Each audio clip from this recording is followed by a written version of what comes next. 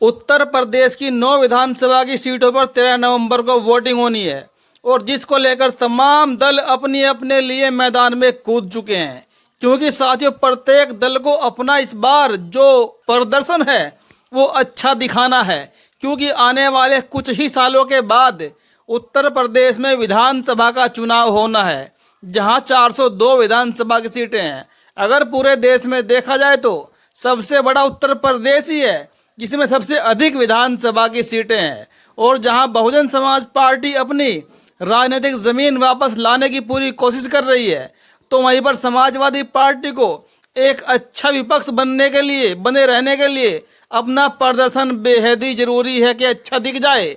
और वहीं पर बीजेपी ने जो 2024 के लोकसभा चुनाव में अपना रुतबा गंवाया है, उसको बीजेपी दोबारा वापस पाना चाहती है। लेकिन ये तो 23 नवंबर को ही पता लगेगा कि आखिरकार किसका दबदबा बन चुका है 2024 के उपचुनाव में उत्तर प्रदेश में।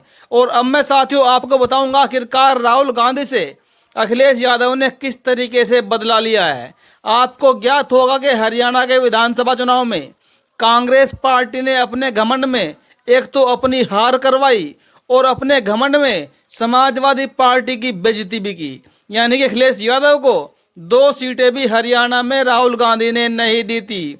और उसी का बदला अखिलेश यादव जी ने आज उत्तर प्रदेश में कांग्रेस से ले लिया, बगैर कांग्रेस की सलाह के ही। पहले तो अखिलेश यादव ने उत्तर प्रदेश में 7 प्रत्याशी उतार दिए और प्रत्याशी उन सीटों पर उतारे जिन सीटों पर विपक्ष बड़े आराम से चुनाव जीत सकता है, और कांग्रेस के लिए 2 सीटें ऐसी छोड़ दी जिन पर विपक्ष चाहकर भी जीत नहीं सकता, यानी कि जिन सीटों पर बीजेपी का दबदबा है। तो साथियों ऐसे में कांग्रेस ने उत्तर प्रदेश में भी चुनाव लड़ने से इनकार कर दिया, क्योंकि कांग्रेस बहुत चालाक पार्टी है। उसको पता है कि चुनाव कहां से लड़ना है और कहां नहीं लड़ना है, क्योंकि आप जानते हैं कि 2027 का विधानसभा चुनाव आने वाला है। और अगर कांग्रेस 2 सीटों पर चुनाव लड़ती है उत्तर प्रदेश में, गाजियाबाद और खैर की विधानसभा सीट पर, तो इन 2 विधानसभा की सीटों पर जीत की उम्मीद ना के बराबर है और इसलिए कांग्रेस ने चुनाव लड़ने से इनकार कर दिया।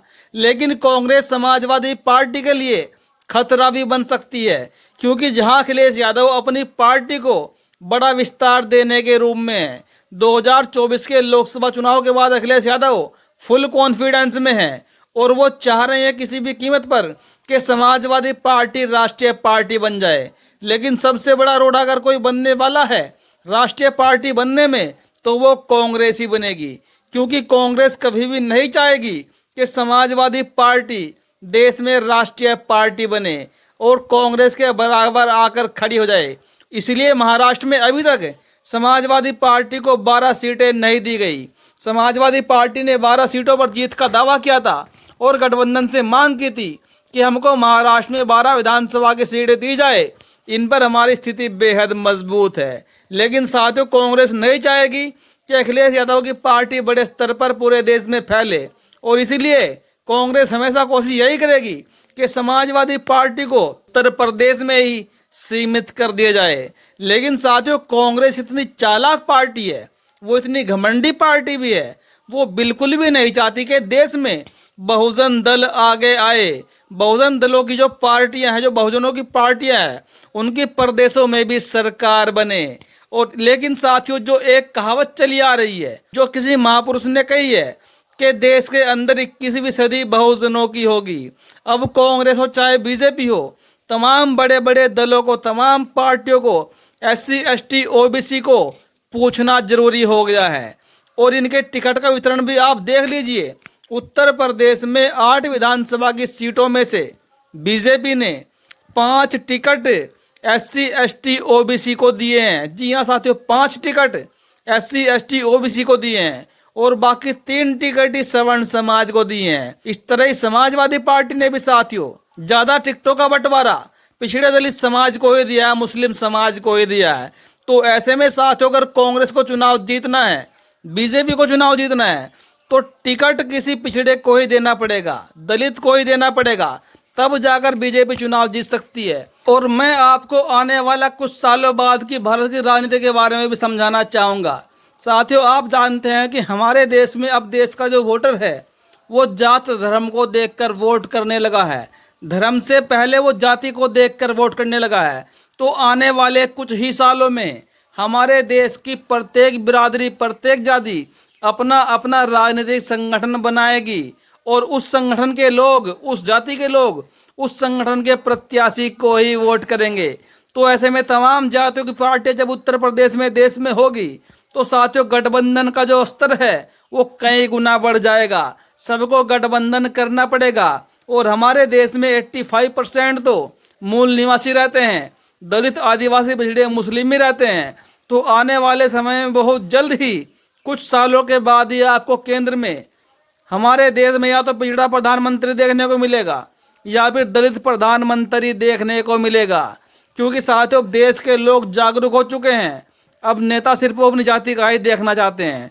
और बाकी साथियों थोड़ा सा मैं आपको बताऊंगा फूलपुर की विधानसभा सीट को लेकर। आखिरकार फूलपुर का जो जातीय समीकरण है वो क्या कहता है, मैं आपको जातीय समीकरण भी पूरा पूरा समझाऊंगा। उससे पहले मैं आपको बताऊंगा कि आखिरकार फूलपुर में बीजेपी ने किसको मैदान में उतारा है, समाजवादी पार्टी ने किसको, बीएसपी ने किसको, और भीम आर्मी ने किसको प्रत्याशी बनाया है। बीजेपी ने फूलपुर में दीपक पटेल को प्रत्याशी बनाया, बहुजन समाज पार्टी ने जितेंद्र ठाकुर को प्रत्याशी बनाया, तो समाजवादी पार्टी ने मजतबा सिद्दीकी को प्रत्याशी बनाया, और वहीं पर भीम आर्मी ने शाहिद अख्तर को फूलपुर से प्रत्याशी बनाया है। साथियों अगर यहाँ पर देखा जाए, चाहे समाजवादी पार्टी हो चाहे बीजेपी हो, दोनों पार्टियों की जो दाल है वो बहुजन समाज पार्टी के नेताओं के बगैर नहीं गल रही है। जिसको फूलपुर से बीजेपी ने उतारा, दीपक पटेल, वो बहुजन समाज पार्टी के पूर्व विधायक रह चुके हैं।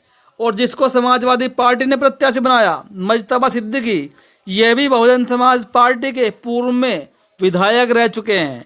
यानी कि जो बीएसपी के बागी विधायक है जिनको निकाल दिया गया है, साथियों उन पर ही जो बाकी पार्टियां हैं वो अपना दम लगा रही है। और अब मैं आपको बता रहा हूं फूलपुर विधानसभा सीट का जातीय समीकरण।